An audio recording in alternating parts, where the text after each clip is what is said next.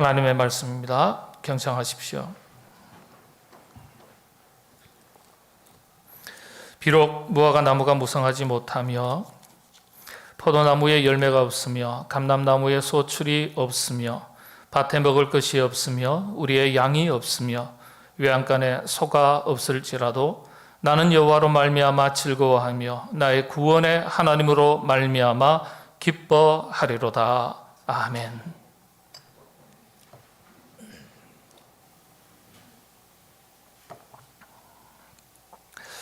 간혹 오랜만에 만난 사람들끼리 주고받는 인사가 여러 가지입니다. 인사말 중에 이런 말들이 있죠. 야, 반갑다, 얼마만이냐, 오랜만이다, 이런 일반적인 인사도 있고요.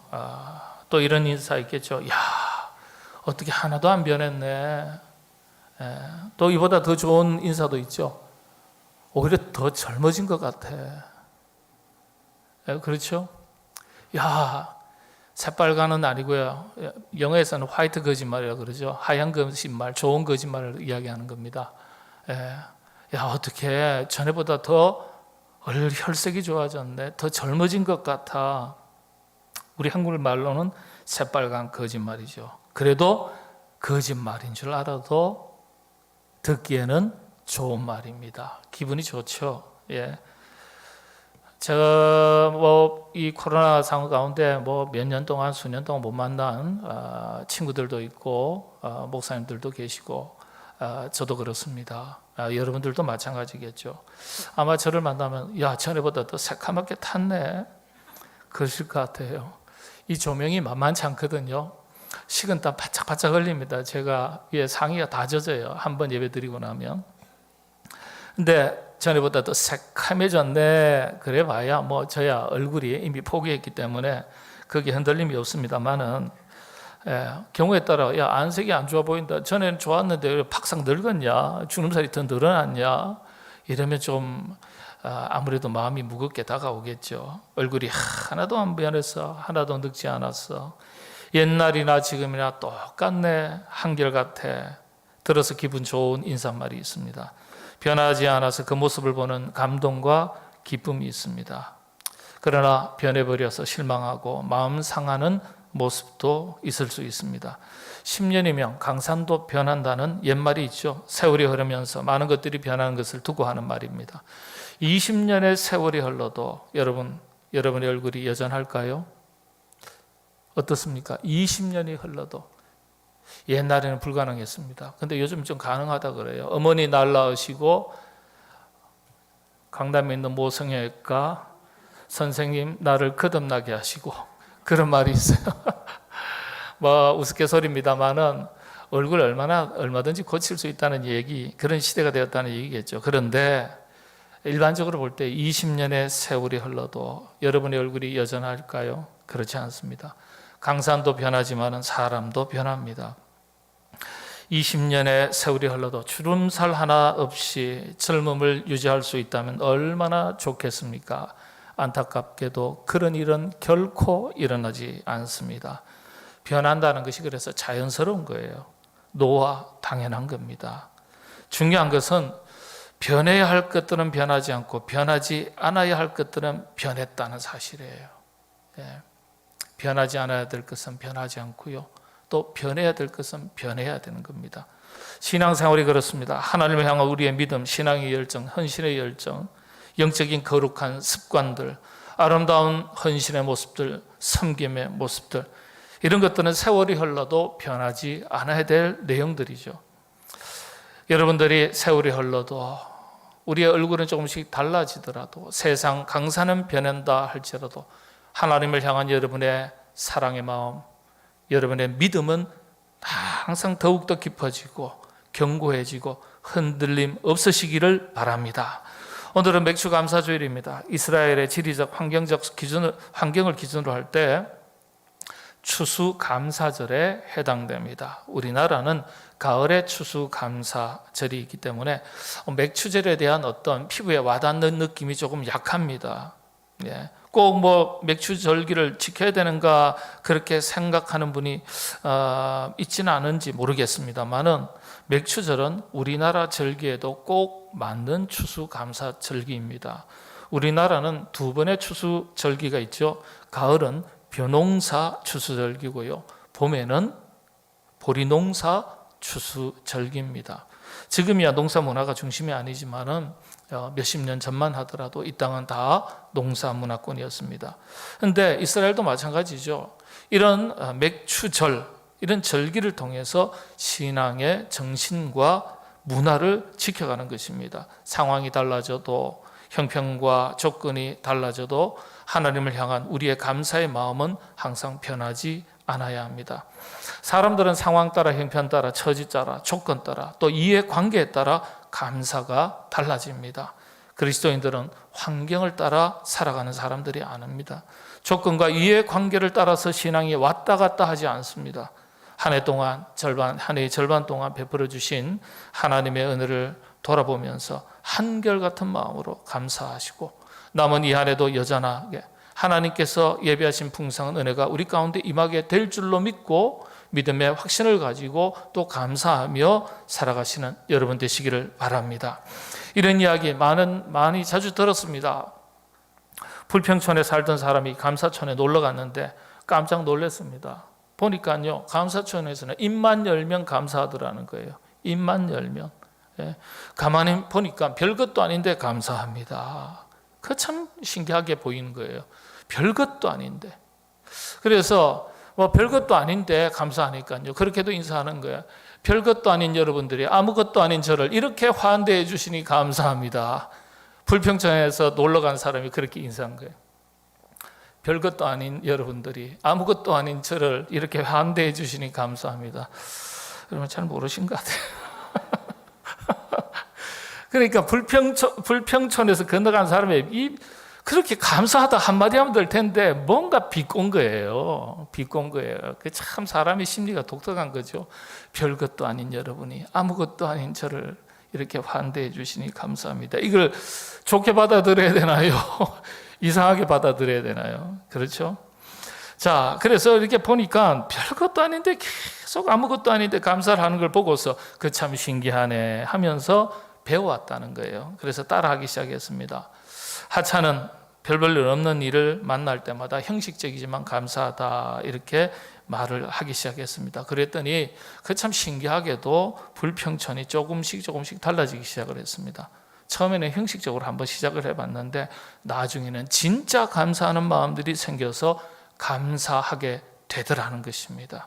그래서 마침내 불평천이 언제 그랬나 싶을 정도로 감사천으로 완전히 탈바꿈하게 되었다는 이야기입니다. 물론 지어낸 얘기겠죠.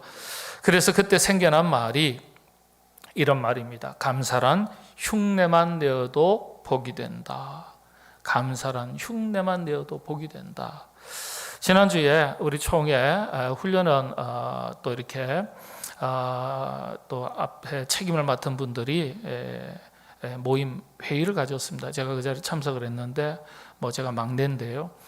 그 자리에 저 인천의 주한장로교회 주승정 목사님, 저희 교회 이 기공 예배 그리고 또 중공 예배 다 오셔가지고 설교하셨죠. 주기철 목사님 손자 되시죠. 그 자리에 계셨고 또 저 포항에 보면 장성교회라고 큰 교회가 있어요. 그 목사님이 이제 또 오셨는데 그때 이제 주고받으면서 이런 얘기를 하세요. 김 목사, 우리도 김 목사가 이야기해 준 대로 따라 했는데 너무 놀라운 일들이 벌어졌어. 그런 거예요. 그게 뭔가 했더니 저희가 코로나 지난 3년여 동안에 한 2년 넘도록 매주마다 예배 드릴 때 광고 시간에 감사 영상을 보여드렸습니다. 이 감사 영상을 보여드렸는데 이게 사실은 눈에 보이는 결과가 있고 눈에 보이지 않는 내적인 결과가 있는데 눈에 당장 보이는 결과만 보더라도요, 여러분 놀라지 마세요. 감사금이 2배, 3배가 늘었어요. 우리 교회. 한 해가. 이런 이야기를 이제 소개를 했더니 우리도 좋은 생각이다. 그거 참 좋다. 다들 우울한데. 그래서 그 주한중앙교회가 한 2만 몇천 명 나오는 교회지 않습니까? 따라가서 그들을 한 거예요. 포항 장성교회 수천 명 모이는 교회인데 따라가서 한 거예요. 그리고 와서 지난주에 오셔가지고 와 했더니 놀랍더라. 예. 눈에 보이지 않는 것을 다 뭐 이렇게 우리가 산술적으로 표현하기가 어려우니까요. 감사한 금이 몇 배나 다 늘어버리더라는 거예요. 따라한다는 거예요. 좋지 않은 것도 전념성이 있고 좋은 것도 전념성이 있는 거예요. 예. 이것이 꼭 헌금으로 이어져서 좋다고 좋은 결과를 얻었다고 말씀드리려는 게 아니에요. 우리가 이렇게 감사함을 어려운 환경 속에서도 계속해서 떠올리고 입술로 고백하고 그렇게 반복하는 것이 우리 신앙생활에 유익이 되더라는 거예요. 예. 그래서 감사는 흉내만 내더라도 복이 된다. 예. 그 이야기를 하시는 거예요.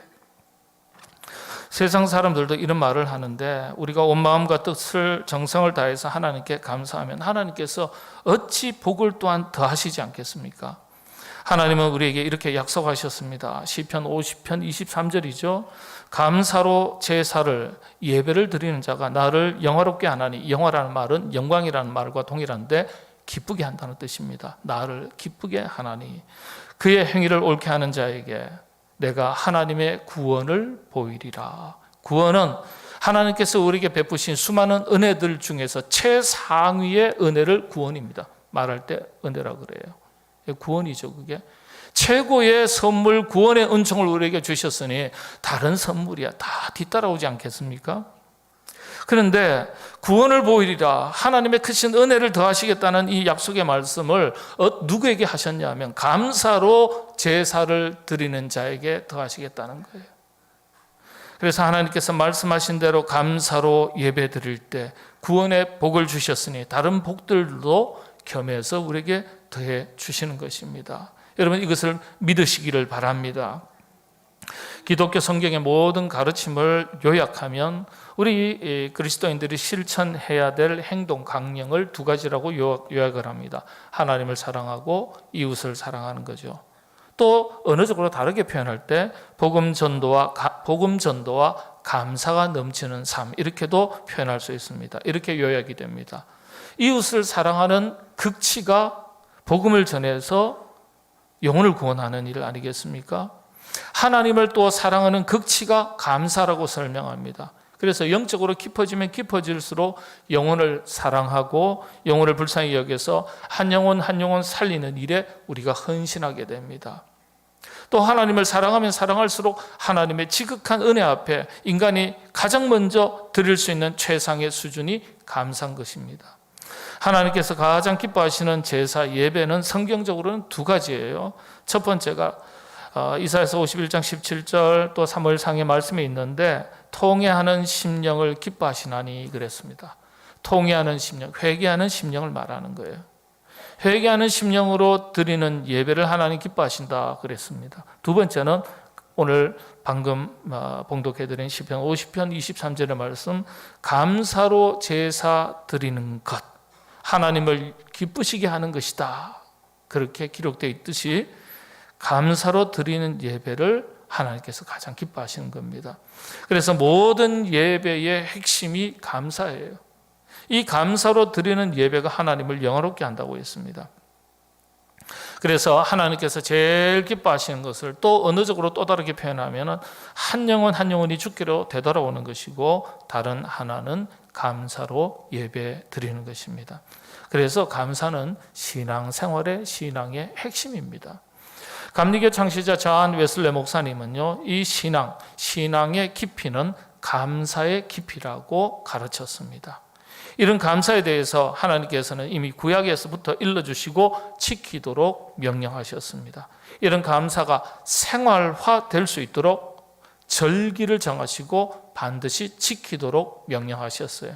이스라엘 백성들은요, 수많은 절기 중에서 반드시 1년에 최소한 3차례 이 절기만큼은 반드시 지켜야 됩니다. 명령하셨기 때문에. 놀랍게도 공통점은 이 세 절기가 모두 감사 절기라는 사실입니다. 첫 번째 절기가 유월절입니다. 무교절이라고도 하죠. 애굽의 종살이로부터 해방되는 날, 이것을 기억하고 하나님께 감사하는 절기입니다. 구원의 은총 앞에 기뻐하고 감사하는 절기가 바로 유월절입니다. 두 번째는 맥추절입니다. 77절이라기도 하고 오순절이라고도 이야기합니다. 첫 열매를 거두어서 하나님 앞에 드리는 절기라고 해서 초실절이라고도 말합니다. 첫 열매니까. 여러분, 이스라엘 백성들의 입장에서는 첫 번째 추수가 바로 오늘 우리가 드리는 이 맥추절기입니다. 맥추절기가 이스라엘 백성들에게 있어서는 1차적으로 가장 중요한 추수절기입니다. 역시 감사절이죠. 이날은 여러분들 기억하시기를 바랍니다. 모세가 10계명을 받은 날입니다. 모세가 10계명을 받은 날이 이 77절, 오순절, 맥추절입니다. 초실절이 이 절기입니다. 공식적으로 하나님께서 우리를 이스라엘 백성들을 자기 백성으로 삼아 주신 날이죠. 일종의 천국 시민권을 부여받은 날입니다. 이게 신약 시대로 넘어와서는 이 날을 오순절 성령 강림절이라고 합니다. 교회가 탄생한 생일날이죠. 이 사실을 감사하는 절기가 바로 맥추절기입니다. 역시 감사절기죠. 그래서 맥추감사절기를 두고 종교학자 켈빈이 이야기하기를 하나님을 아버지로 섬기는 자들은 교회를 어머니로 섬겨야 된다. 진정한 효자는 부모를 자랑스럽게 여긴다. 주님의 몸된 교회를 자랑스럽게 여기는 사람이 하나님의 가족이다. 이렇게 설명을 했습니다. 그래서 우리 교회를 그냥 교회라고 생각하지 말고 어머니의 품과 같은 것으로 여기고 아끼고 위하고 어머니를 주신 것에 대해서 감사하듯이 우리 교회를 주신 것에 대해서 감사하고 교회를 건강하게 든든하게 세워나가는 일에 사랑하는 마음으로 여러분들 함께 참여하시게 되기를 바랍니다. 감리교 창시자 존 웨슬리 목사님은요, 내가 다니는 교회가 내 교회가 아니라 내가 마음을 두고 사랑하고 헌신하는 교회가 내 교회다라고 가르쳤습니다. 그냥 왔다 갔다 예배드리고 다니는 교회가 여러분의 교회가 아니라는 거예요. 어떤 교회가 여러분의 교회입니까? 내가 마음을 두고 사랑하고 헌신하는 교회가 내 교회라는 거예요. 정말 의미 깊은 말입니다. 우리 모든 성도님들이 이런 자세로 우리 교회를 사랑하고 헌신된 일꾼으로 우리 공동체에 참여하시게 되기를 바랍니다. 세 번째 절기가 수장절 혹은 초막절이라고도 말합니다. 초막절. 이 초막은 텐트를 말하는 거죠. 장막. 광야에서 40년 동안 유리 방황할 때 나그네로 천막을 치고 살았습니다. 또 만나를 먹고 지냈습니다. 그래서 그 고생하던 날들을 기억하는 절기입니다. 그 고생 가운데서 오늘에 이르기까지 하나님께서 지켜주시고 지금 이렇게 살아오도록 인도하셨다. 지나온 고난의 세월 속에서 인도하셨던 하나님의 은혜를 기억하고 감사하는 절기입니다.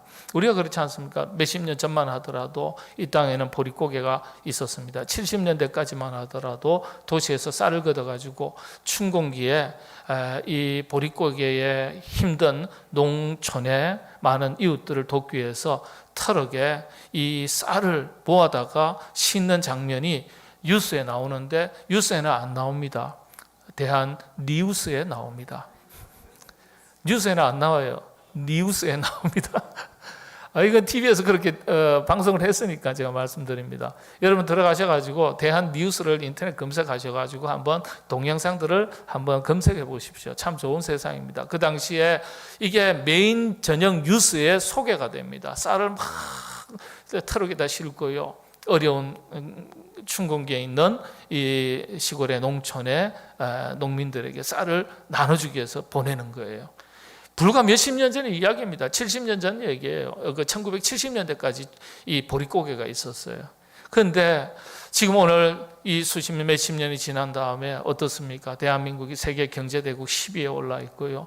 공식적으로 선진국 반열에 올라가 있고 K-팝, K-문화로 인해서 세계 여러 나라의 사람들이 젊은이들이 우리 한국 문화를 배우고 경험해보고 싶어서 찾고 동경하고 부러움의 대상이 되는 나라가 된 겁니다.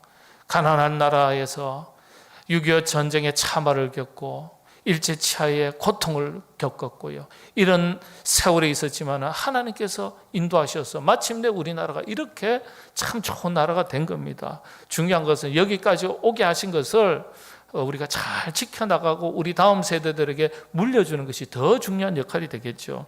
이런 겁니다. 그래서 이 초막절이 그것을 기념하는 날입니다. 감사하는 날입니다. 그렇게 어려웠는데도 하나님 건져주시고 살려주시고 지금 이렇게 좋은 시대를 맞이해서 살아가도록 인도해 주셨음에 감사하는 것. 이 추수 감사절과 마찬가지로 감사절기입니다. 여러분들 감사절을 지키라 하나님의 명령입니다. 하나님이 요구하시는 감사는요, 어떤 조건과 상황 속에서 드리는 게 아니에요. 모든 상황과 조건 속에서 드리는 절대 감사를 요구하시는 거예요. 그리스도인들은 최악의 환경에서도 최선의 삶을 살아가는 사람들 아닙니까? 최악의 여건 속에서도 최선과 최고의 감사를 드리며 살아가는 사람들이 우리 바로 그리스도인들입니다. 여러분의 상황과 형편과 처지가 어떠하든지 그럼에도 불구하고 드리는 감사, 이것이 절대 감사고 이것이 참된 신앙입니다. 이런 감사를 하나님은 원하시고 참으로 기뻐하시는 겁니다.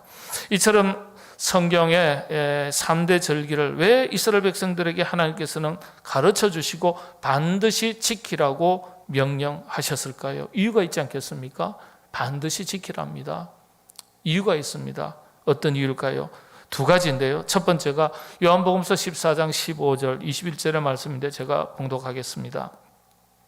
너희가 나를 사랑하면 나의 계명을 지키리라. 21절은 우리 같이 봉독하겠습니다. 나의 계명을 지키는 자라야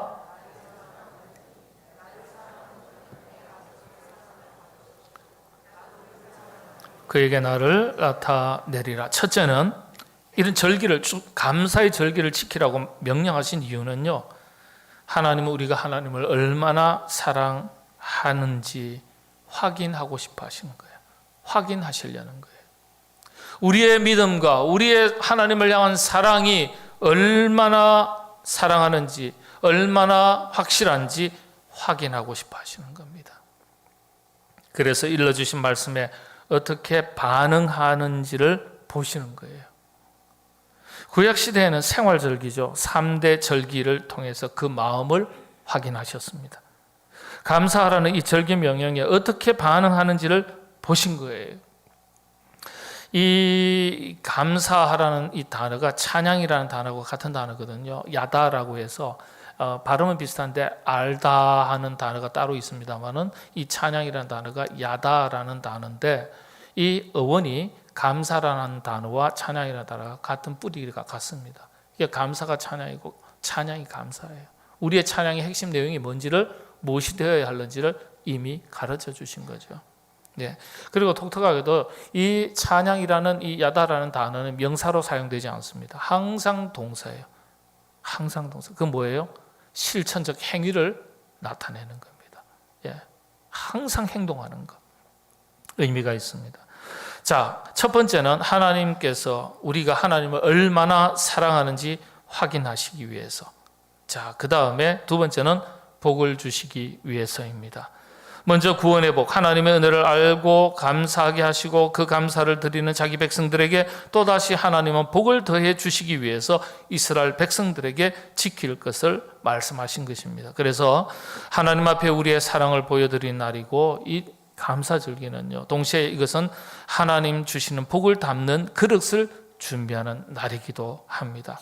오늘 본문 하박국 선지서는 이런 절대 감사의 신앙을 잘 보여주고 있습니다.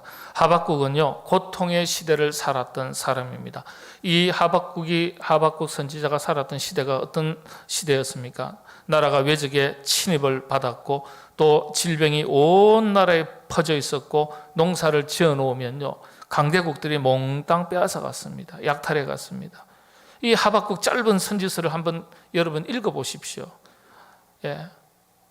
이방 족속들이 쳐들어와서 농사지어는 모든 농산물을 뺏어갈 정도만이 아니에요. 아내가 끌려가게 되고 잡혀가게 되고 젊은이가 끌려가게 되고 어린이가 비참하게 길거리에 길바닥에 내팽겨져서 죽어가는 처절했던 모습을 생생하게 지켜보았던 선지자가 하박국 선지자입니다. 이런 위기의 시대에, 고난의 시대에 우리도 그렇지 않습니까? 어떻게 기도해야 될까요? 신앙인들은 어떻게 이런 위기의 시대에 예배해야 될까요? 어떻게 살아가야 될까요? 어떤 자세로 살아가야 될까요? 이걸 보여준 게 바로 하박국 선지자입니다. 이런 시대에 우리가 예배는 어떻게 드리고 찬양을 어떻게 하고 이런 시대에 어떻게 감사할 수 있겠습니까? 그럼에도 불구하고 어떻게 감사해야 되는지 이걸 가르쳐준 선지자입니다. 일본의 우찌무라 간조 선생은 하박국이야말로 선지자 가운데 최고의 선지자다 이렇게 평가했습니다. 두 가지 이유 때문이라고 말했는데, 첫째는 의인은 믿음으로 말미암아 살리라는 종교 개혁자들의 모토가 되었다. 하박국의 가치가 이만큼 높습니다. 종교 개혁자들의 종교 개혁의 모토가 된 거예요. 의인은 믿음으로 살리라. 우린 대부분 로마서를 떠올립니다. 아니요. 로마서의 의인은 믿음으로 말미암아 살리라는 이 문구가 원래는 하박국에 있는 말씀을 인용한 거예요. 그러니까 하박국 선지자는요, 사도 바울에 앞서서 우리가 이 땅을 살아가는 그리스도인들이 어떻게 살아가야 하는 존재인지를 명확하게 선언한 거예요. 선포한 거예요. 의인은 오직 믿음으로 말미암아 살리라.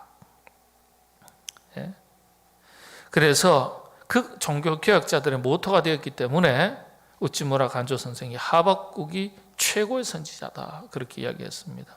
둘째는 의인은 환경에 끌려가는 삶이 아니라 최악의 상황 속에서도 최선의 최고의 감사를 드리는 그 최선의 삶을 살아가는 그리스도의 모습을 보여주었다.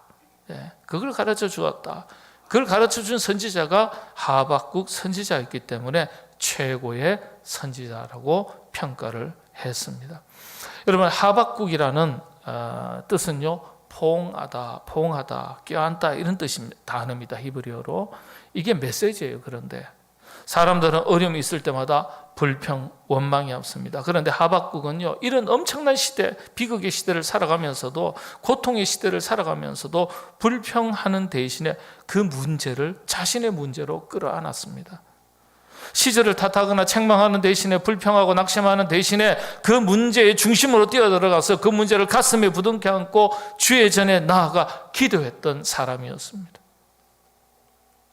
문제를 끌어안고 기도했던 선지자를 생각하면서 오늘 이 땅을 살아가는 그리스도인들 어떻게 해야 되겠습니까? 나라가 시끄럽고 나라가 어지럽고 나라에 여러 가지 문제가 있습니다. 그러면은 정치 지도자들 욕만 하는 게 우리 그리스도인이 할 일이 아니에요. 나라의 문제를 내 문제로 끌어안고 기도하는 거예요. 교회에 여러 가지 어려운 문제가 이 땅에 교회에 문제가 있다면 그 교회의 문제를 내 문제로 끌어안고 기도하는 거예요. 시대와 역사의 문제가 있다면 그 문제를 가슴에 끌어안고 나라와 민족을 위해서 기도하는 것이 바로 하박국 선지자가 보여준 그리스도인의 고난의 시대를 살아가는 그리스도인의 참된 모습, 믿음인 것을 보여준 겁니다. 하박국 3장 1절을 시작하면서 이 기도의 무게를 이렇게 말해주고 있습니다. 3장 1절 한번 보실까요? 시기온옷에 맞춘 선지자 하박국의 기도라. 시기온옷이 무슨 뜻일까요? 시기온옷은 원래 악기 이름입니다. 그런데 악기에는, 히브리어에는 단어 자체가 한문처럼 다 뜻글자예요. 다 의미가 있어요. 악기를 시기온옷이라고 얘기했는데, 그런데 뭐예요? 이게 절정, 클라이막스 이런 뜻입니다. 최고의 이런 뜻입니다. 그러니까 시기옷에 맞춘 뭐라고요? 기도다 그랬어요. 최고의 감사를 드렸다는 거예요.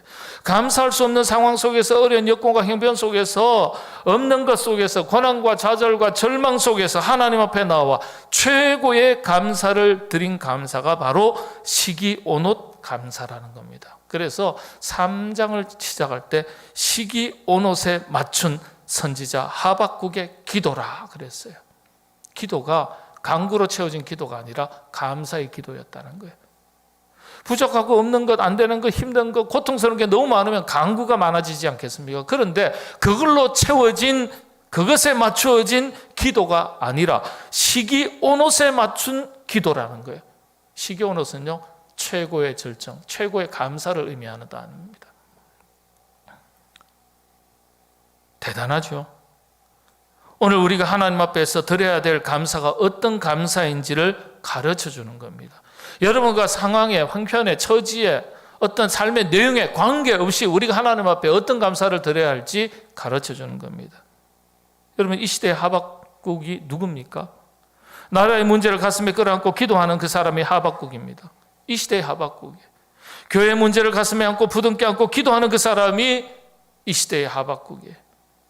모든 백성들이 이제는 끝났다고 비판하고 원망할 때, 비난의 화살을 퍼부을 때 그 문제를 내 문제인 줄을 알고서 가슴에 끌어안고 나아가서 그래도 하나님이 행하시면 희망이 있습니다. 주님께서 살려주실 줄로 믿습니다. 도와주실 줄로 믿습니다. 그렇게 말하는 것입니다. 그렇게 말하면서 하나님 앞으로 백성을 이끌어내었던 사람이 바로 하박국 선지자였어요.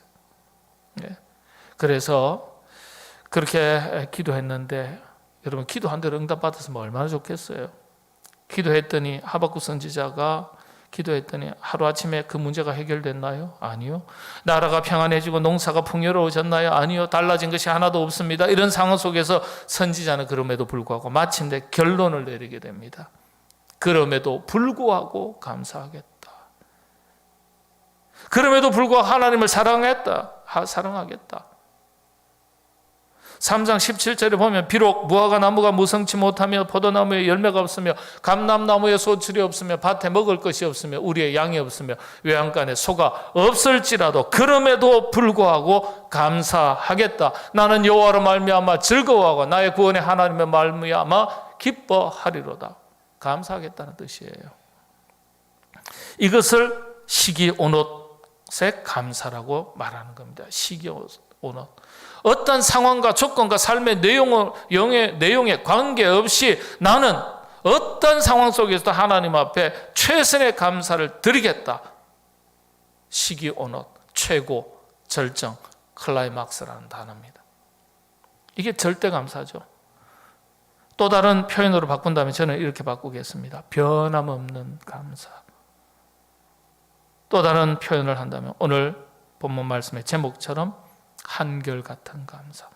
상황이 어떠하든지 악화되어도 더 많은 것을 잃어버렸어도 얻지 못했어도 나의 수고의 땀과 노력이 다 숲으로 돌아갔더라도 변함없이 한결같이 감사하는 신앙. 이런 감사가 하나님께서 기뻐하시는 감사예요. 시편 42편에 이런 내용, 한결같은 감사가 잘 표현되어 있습니다. 내 뼈를 찌르는 칼같이 내 대적이 나를 비방하여 늘 내게 말하기를 내 하나님이 어디 있느냐 하도다. 내 영혼아 내가 어찌하여 낙심하며 어찌하여 내 속에서 불안해하는가. 너는 하나님께 소망을 두라. 나는 그가 나타나 도우심으로 말미암아 내 하나님을 여전히 찬송하리로다. 칼이 있고 나를 비방하는 소리가 있고 고통이 되는 낙심할 거리가 있어도 나는 여전히 찬송하리로다. 찬송 말씀드렸죠. 야다라는 단어인데 감사라는 단어하고 똑같은 단어예요. 나는 여전히 감사하며 살겠다. 힘든 일이 있어도 속상한 일이 있어도 나를 조롱하는 소리가 있어도 비록 마음은 속상할지 모르겠지만 우리의 입술의 고백과 표현과 행동은 여전히 감사하는 태도. 이게 신앙인의 바른 자세입니다. 우리 일상이 어떠하든지 감사를 잃지 않고 살아가는 사람이 하나님의 백성입니다. 결론은 분명해졌습니다. 성경이 가르쳐주는 감사, 신앙인의 감사는 환경 감사가 아니에요. 절대 감사라는 거예요. 환경 따라서 드릴 수도 있고 안 드릴 수도 있고 그게 아니에요. 하나님께 감사하는 사람이 교회도 사랑하고 내 교회에 대해서 감사할 수 있는 겁니다. 여러분 말세가 되면 타락한 성도들의 가장 뚜렷한 특징이 무엇인지 성경은 잘 가르쳐 주고 있습니다. 한번 보실까요? 디모데후서 여러분들 한번 살펴보겠습니다. 마지막 말씀이니까 함께 한 목소리로 봉독하겠습니다. 디모데후서 3장 2절의 말씀입니다. 디모데후서 3장 2절 같이 한번 봉독하겠습니다. 사람들이 자기를 사랑하며 돈을 사랑하며 자랑하며 교만하며 비방하며 부모를 거역하며 감사하지 아니하며 거룩하지 아니하며 감사하지 아니하며 그랬습니다. 말세가 되면 감사하지 아니하는 시대가 올 것인데 그때가 되면 세상의 마지막 날이 될 것이다. 성경이 우리에게 이렇게 가르쳐 줬습니다. 참으로 고마운 것은 이런 시대를 살아가는 우리들에게 감사의 영을 깨우쳐 주시기 위해서 하나님께서는 감사의 절기를 제정해 주셨습니다. 맥주감사주일, 맥주감사절, 이렇게 1년에 한 번 특별 봉헌이나 하는 날로 생각하는 분이 없으시기를 바랍니다. 감사절은 축복의 날입니다. 감사를 깨닫는 날입니다. 감사를 회복하는 날입니다. 여러분, 하나님 앞에 드리는 감사가 또 다른 감사로 이어지게 될 줄로 믿습니다. 여러분의 감사가 한결같은, 세월이 아무리 흘러도 변함이 없는 감사가 될 수 있기를 바랍니다. 그런 감사 속에서 하나님께서 더 풍성한 감사의 제목을 여러분들에게 넘치도록 부어주시기를 바랍니다. 기도하겠습니다. 주님, 감사합니다. 우리의 상황과 형편과 처지가 어떠하든지 하박국 선지자를 통하여 일러주신 말씀대로 우리의 상황이 어떠하든지 우리의 형편이 어떠하든지 하나님, 변함없이 한결같은 마음으로 감사하며 살게 하여 주시옵소서. 우리의 감사를 기뻐 받으시는 요 하나님 아버지, 우리의 감사가 또 다른 귀한 감사의 제목으로 이어질 줄로 믿습니다. 그와 같은 은혜들을 사랑하는 주의 권속들의 심령과 가정과 일터 위에, 주의 몸된 우리 교회 위에 풍성하게 허락하여 주시옵소서. 감사하고 예수님의 이름으로 기도하옵나이다. 아멘.